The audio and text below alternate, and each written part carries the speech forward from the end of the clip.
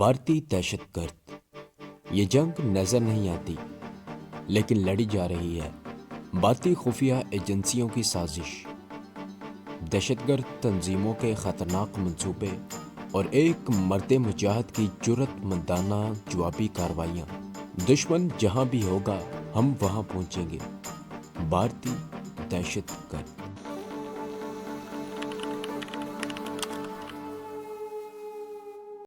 मैंने कैप्टन जमशेद को इशारा किया। हम दोनों ने मेन हॉल का ढक्कन किसी न किसी तरह उठा लिया। मैंने उससे सरगोशी में कहा, हमें इसके अंदर उतरना है। ढक्कन अलग होते ही नीचे गटर की सुरंग में से नाखुशगवार बू के थपेड़े बाहर निकले।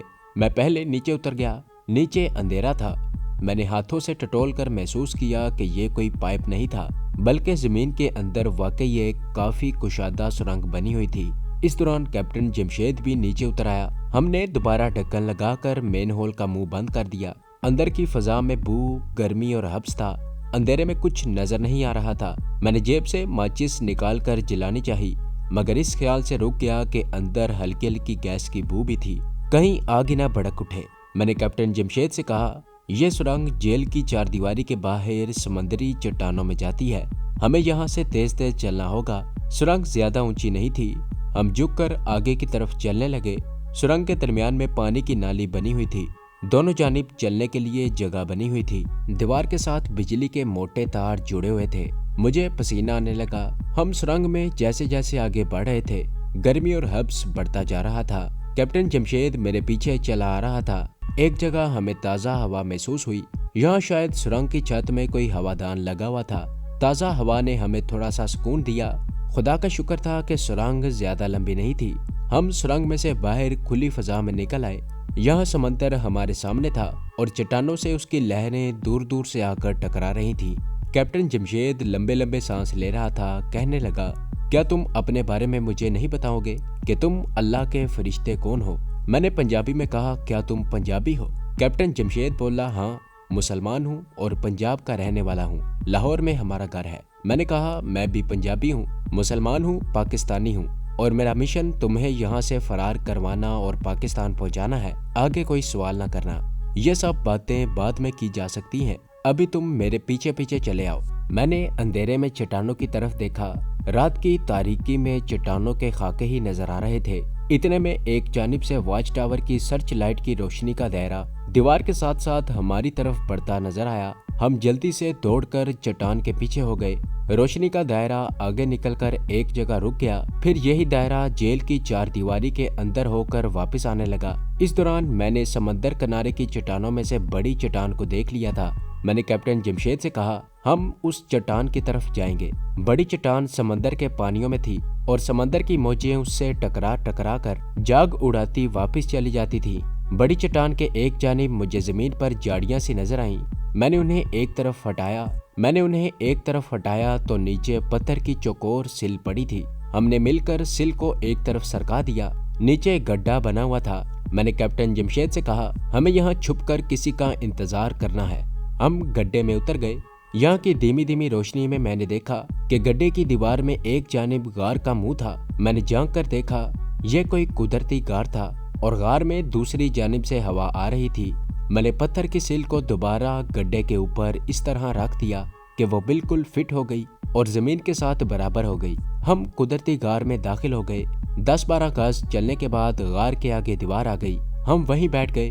मैंने कैप्टन जमशेद से कहा, अगर आप इससे रिलेटेड मज़ीद वीडियोस देखना चाहते हैं तो हमारे चैनल को सब्सक्राइब करें और बेल आइकन को दबाकर ऑल नोटिफिकेशन ऑन कर लें ताकि हमारी तमाम आने वाली वीडियोस आप तक बआसानी पहुंच सके। तुम्हें घबराहट तो महसूस नहीं हो रही? कैप्टन जमशेद कहने लगा, नहीं, एक तो मैं पहले ही सख्त जान फौजी हूँ, ऊपर से इन लोगों ने मुझ पर इतना टार्चर किया है कि अब इस किस्म की तकलीफों का एहसास नहीं होता। कैप्टन जमशेद मुझसे पूछने लगा कि मैं कौन हूँ और उसे भारतीय जेल से फरार करवाने का ख्याल मुझे कैसे आया। मैंने उसे अपने बारे में सिर्फ इतना ही बताया कि मेरा ताल्लुक कश्मीरी हुर्रियत पसंदों के एक ऐसे गिरोह से है जो कश्मीर के महाज पर भारतीय फौजियों से भी बरसरे पैकार है और भारत के दूसरे शहरों में कैद अपने मुजाहिदों की भी खबर रखता है और उन्हें भारतीय जेलों से निकालने की कोशिश करता है। कैप्टन जमशेद ने मेरा शुक्रिया अदा करते हुए कहा, लेकिन दोस्त, इस जेल के चारों तरफ खतरनाक समंदर है जिसमें आदमखोर शार्कें छोड़ी गई हैं। यह समंदर 3-4 मील के फैलाव में है। तुमने मुझे जेल की कालकोठरी से तो आज़ाद करवा लिया है, लेकिन यहाँ से बाहर निकलकर खतरनाक समंदर कैसे अबूर करेंगे? मैंने कहा, जिस शख्स ने मुझे तुम तक पहुँचने में मेरी मदद की है वो हमें समंदर पार करवाने की भी कोई तरकीब बता देगा। यह फरिश्ता कौन है जिसने तुम्हारी मुझ तक पहुँचने में मदद की है? मैंने कैप्टन जमशेद को मैडम माधवी के बारे में सब कुछ बता दिया, मगर ये ना बताया कि वो उससे मोहब्बत करती है और अपनी मोहब्बत के हाथों मजबूर होकर उसने ये सारा खतरा मोल लिया है। मेरी जेब में रिवॉल्वर उसी तरह महफूज पड़ा था। हम अंधेरे में बैठे देर तक बातें करते रहे। कैप्टन ने पूछा, ये नेकदिल खातून यहाँ किस वक्त आएगी, क्योंकि मेरे फरार का किसी भी वक्त जेल के अमले को इल्म हो सकता है।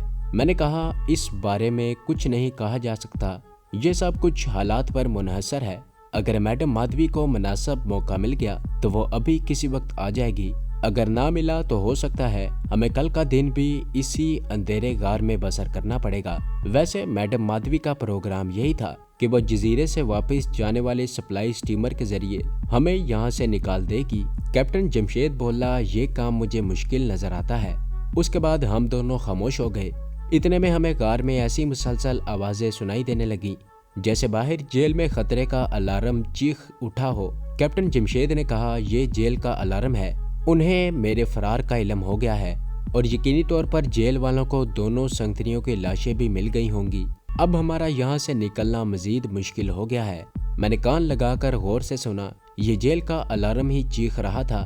उसकी आवाज गार के अंदर दबी हुई आ रही थी। मैं भी सोचने लगा कि अब मैडम माधवी उन गारों की तरफ आने का खतरा मोल नहीं लेगी और रात वाले सप्लाई स्टीमर में सवार होकर हमारे निकलने का सवाल ही पैदा नहीं होता था। मैंने कैप्टन जमशेद से कहा कि अब हमें बड़े सब्र और इस्तेकलाल से काम लेना होगा। कोई पता नहीं हमें कब तक इस अंधेरे गार में बंद रहना पड़े। कैप्टन जमशेद बोला, कोई बात नहीं, मुझे यकीन है कि अल्लाह ताला कोई ना कोई सबब पैदा कर देगा। वक्त का कुछ पता नहीं चल रहा था। जेल का खतरे का अलार्म बंद हो चुका था। मोटर गाड़ियों की कभी कभी हल्की आवाजें जरूर सुनाई देती थीं। ये बात बड़ी गनीमत थी कि जहां हम बैठे थे वहां किसी तरफ से ताज़ा हवा आ रही थी। खुदा जाने ये किस खुफिया सुराख में से आ रही थी।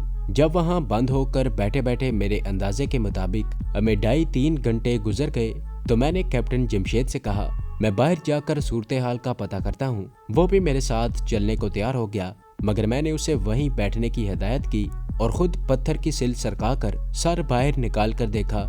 सबसे पहले तो बाहर की ताज़ा हवा ने जैसे मेरे जिस्म में जान डाल दी। रात का अंधेरा छाया हुआ था। कुछ फासले पर जेल की दीवार पर सर्च लाइट की रोशनी के 2 दायरे बड़ी तेजी से इर्द गिर्द चक्कर लगा रहे थे। जेल के अंदर से आदमियों के एक दूसरे को आवाजें देने की धीमी धीमी आवाजें आ रही थीं। फिर स्टीमर के विसल देने की आवाज आने लगी। एक ट्रक का इंजन स्टार्ट हुआ और कुछ दूर जाकर उसकी आवाज गायब हो गई। जेल का अमला मफरूर कैप्टन जमशेद को बड़ी सरगर्मी से तलाश कर रहा था।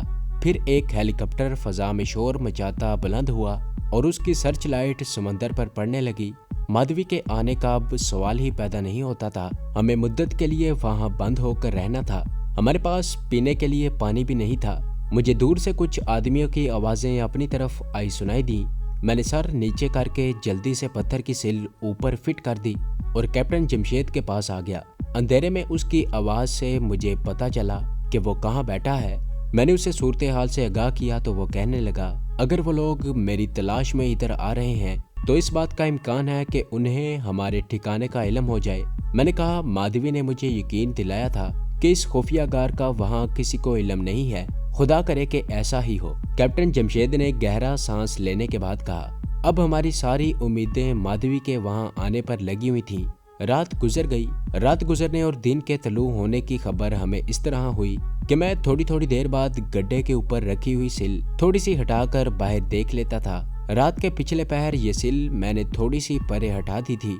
इस तरह उस तरफ से भी ताज़ा हवा अंदर आने लगी थी। गार में सुबह होने तक हब्स नाकाबिले बर्दाश्त होने लगा था। सिल थोड़ी सी हटा देने से फजा थोड़ी काबिले बर्दाश्त हो गई थी। तो ये थी हमारी आज की एपिसोड। उम्मीद करता हूँ कि आपको ये कहानी अच्छी लगी होगी। इसे लाइक करें, शेयर करें और कमेंट में अपना इजहार ख्याल ज़रूर पेश करें। और अगर इस चैनल को सब्सक्राइब नहीं किया تو اس چینل کو سبسکرائب کریں اور بیل آئکن کو دبا کر آل نوٹیفیکیشن آن کر لیں